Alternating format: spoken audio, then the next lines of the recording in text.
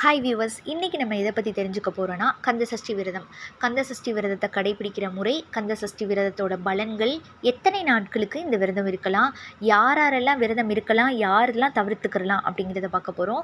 விரத நாட்களில் என்னென்னலாம் செய்யலாம், என்னென்னலாம் தவறுகள்லாம் செய்யக்கூடாது அப்படிங்கிறதையும் இந்த பதிவு மூலமாக நான் உங்களுக்கு சொல்கிறேன். வாங்க பார்க்கலாம். அதுக்கு முன்னால் கந்தசஷ்டி என்னைக்கு தொடங்குதுன்னு பார்த்தீங்கன்னா 22ஆம் தேதி தொடங்கி 28ஆம் தேதி வரைக்கும் இருக்குங்க. அதாவது 7 நாட்கள். சில பேர் 6 நாட்கள் விரதம் இருக்காங்க. அதாவது சூரசம்ஹாரம் வரைக்கும் இருப்பாங்க 6 நாட்கள். ஆனால் இதை முழுமையாக இருக்கணும்னு பார்த்தீங்கன்னா 7 நாட்கள் திருக்கல்யாணம் பார்த்துட்டு தான் நீங்கள் விரதத்தையே முடிக்கணும்.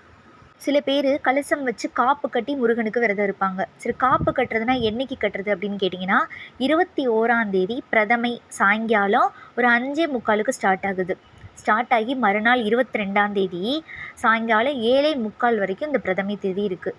இந்த நேரங்களில் நீங்கள் பக்கத்தில் உள்ள முருகன் கோயிலில் போய் காப்பு கட்டி உங்களோட விரதத்தை தொடங்கலாம்.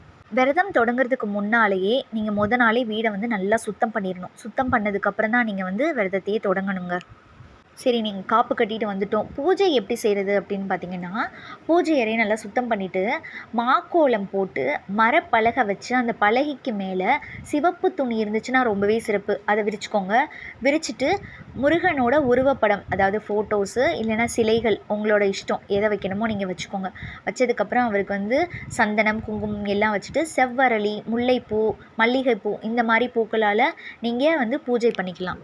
விளக்கேற்றுறது பார்த்திங்கன்னா காலையில் சாயங்காலம் 2 நேரம் நீங்கள் விளக்கேற்றணும். சாயங்காலம் 6 to 7க்குள்ளே விளக்கேற்றணும். காலையில் பிரம்ம முகூர்த்தத்தில் ஏற்றுறது ரொம்பவே நல்லதுங்க. அதே மாதிரி நெய் தீபம் போட்டு விளக்கேற்றுங்க. 6 தீபம் ஏற்றுனீங்கன்னா ரொம்ப ரொம்ப சிறப்பு. வெத்தலை தீபம் போட்டிங்கன்னா மிக மிக சிறப்பு. பூஜைக்கு என்ன நெய்வேத்தியமாக படைக்கலாம் முருகனுக்கு அப்படின்னு கேட்டிங்கன்னா, எளிமையான நெய்வேத்தியமாக வாழைப்பழமும் பாலும் சொல்கிறாங்க. சில பேர் கல்கண்டு வைப்பாங்க, கிஸ்மிஸ் பழம், இந்த மாதிரி எளிமையான நெய்வேத்தியம்.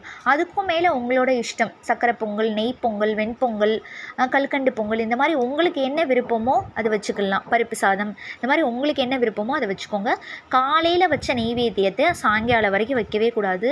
காலையில் எடுத்துடணும். அதை எடுத்துகிட்டு நீங்கள் சாப்பிட்டுக்கலாம். அதே மாதிரி சாயங்காலம் வேறு நெய்வேத்தியம் படைச்சி தான் விளக்கேற்றணும்.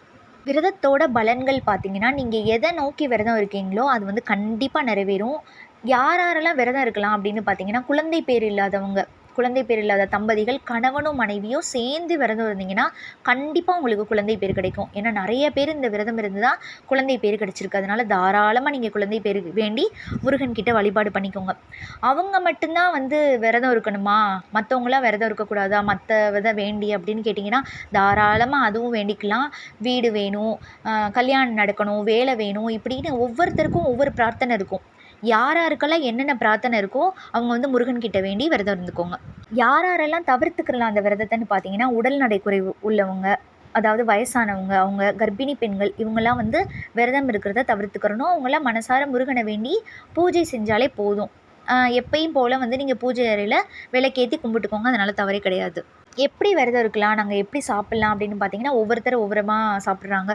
அதாவது 2 வேளை சாப்பிட்டு 1 வேளை பட்னியாக இருக்காங்க, 1 வேளை சாப்பிட்டு 2 வேளை பட்னியாக இருக்காங்க, 3 வேளையுமே சில பேர் பட்னியாக இருப்பாங்க. இளநீர் மட்டும் குடிப்பாங்க, பழச்சாறு மட்டும் குடிப்பாங்க, வெஜிடபிள்ஸ் மட்டும் சாப்பிடுவாங்க, பருப்பு மட்டும் சாப்பிடுவாங்க. இப்படி ஒவ்வொருத்தருக்கும் ஒவ்வொரு மாதிரி இருக்குது. உங்களோட உடம்பு எதுக்கு ஒத்துழைக்குதோ அந்த மாதிரி நீங்கள் சாப்பிட்டு விரதம் இருந்துக்கலாம். இல்லைங்க, நாங்கள் வயசானவங்க, நாங்கள் 3 நேரம் சாப்பிட்ணுன்னு கேட்டிங்கன்னா, காலையில் நீங்கள் டிஃபன் சாப்பிட்றீங்க, மத்தியானம் நீங்கள் விரத சாப்பாடு சாப்பிட்டுக்கோங்க. நைட்டு பழமும் பாலும் எடுத்துக்கலாம். அதுக்கு பதிலாக நீங்கள் டிஃபன் சாப்பிடாமல் பழமும் பாலும் எடுத்துக்கலாம். வெளியில் சாப்பிடக்கூடாதான்னு கேட்டிங்கன்னா, சாப்பிடக்கூடாது, தவிர்க்கிறது நல்லது. முடியாத பட்சத்தில் இல்லை நாங்கள் சாப்பிட்டே ஆகணும், வெளியில் தான் சாப்பிட்ணும், வேறு வழியே இல்லைன்னு சொல்கிறவங்க சுத்தமான இடங்களில் போய் நீங்கள் சாப்பிட்டுக்கோங்க. டீ காஃபி குடிக்கலாமான்னு கேட்டிங்கன்னா தவிர்க்கிறது நல்லது. இல்லை அதுவுமே முடியாது, அது குடிக்கலைன்னா எங்களுக்கு தலைவலி வரும், எங்களோட ஒர்க் அந்த மாதிரி அப்படின்னு சொல்கிறவங்க தாராளமாக நீங்கள் டீ காஃபியும் குடிச்சிக்கலாம். ஷூ செப்பல்ஸ்லாம் போடலாமான்னு பார்த்தீங்கன்னா, இப்போ மாலை போடுறவங்களே பெரும்பாலும் ஷூலாம் போடுறாங்க. ஏன்னா அவங்களோட ஒர்க் அந்த மாதிரி. அதனால் நீங்கள் நாளே சுத்தம் பண்ணிவிட்டு அதுக்கப்புறம் நீங்கள் ஷூ செப்பல்ஸ் போட்டுக்கோங்க. வீட்டுக்கு வந்ததுக்கப்புறம் பக்கத்தில் வெளியில் எங்கேயாவது போகிற மாதிரி இருந்துச்சுன்னா அந்த டைமிங் மட்டும் நீங்கள் செப்பல்ஸ்லாம் போடுறது தவிர்க்கிறது ரொம்பவே நல்லது. தரையில் தான் படுக்கணுமா அப்படின்னு கேட்டிங்கன்னா, இப்போ குளிர்காலம், தரையிலலாம் நீங்கள் படுத்து உடம்புக்கு எடுத்துக்க வேணாம். அதனால் உங்களுக்குன்னு ஒரு போர்வை வச்சுக்கோங்க, அதை சுத்தம் பண்ணிக்கோங்க, நல்லா துவைச்சி போட்டுட்டு நீங்கள் அதை யூஸ் பண்ணிக்கோங்க, தப்பில்லை. இப்போ பெட்டில் படுக்கலாமா அப்படின்னு கேட்குறாங்க. பெட்டில் படுக்கவே கூடாது. அப்படியும் முடியல, வயசானவங்க பெட்டில் தான் படுக்கணும் அப்படின்ற ஒரு இது இருந்துச்சுன்னா பெட்டெல்லாம் நல்லா சுத்தம் பண்ணிவிட்டு அதில் படுத்துக்கோங்க. விரதத்தை எப்படி கம்ப்ளீட் பண்ணலாம் அப்படின்னு பார்த்தீங்கன்னா, 7வது நாள் நீங்கள் திருக்கல்யாணம் பார்த்துட்டு 7வது நாள் கோயிலுக்கு போய் நீங்கள் காப்பை கழட்டிட்டு நீங்கள் விரதத்தை முடிச்சுக்கலாம். அதுக்கு முன்னால் வீட்டில் வந்து முருகனுக்கு படையல் சாப்பாடு போடணும். அதாவது கல்யாண சாப்பாடு போட்டு நீங்கள் கோயிலுக்கு போயிட்டு வந்ததுக்கப்புறம் சாப்பாடு போட்டு நீங்களும் விரதத்தை முடிச்சுக்கலாம். இது வந்து ஒரு சக்தி வாய்ந்த விரதம்ங்க. முருகனை நினச்சி மனசார வேண்டிட்டு நீங்கள் விரதம் இருங்க. உங்களோட வேண்டுதலும் கண்டிப்பாக நிறைவேறும். உங்களோட பிரார்த்தனை கண்டிப்பாக நிறைவேறணும்னு நானும் முருகன்கிட்ட பிரார்த்தனை பண்ணிக்கிறேன்.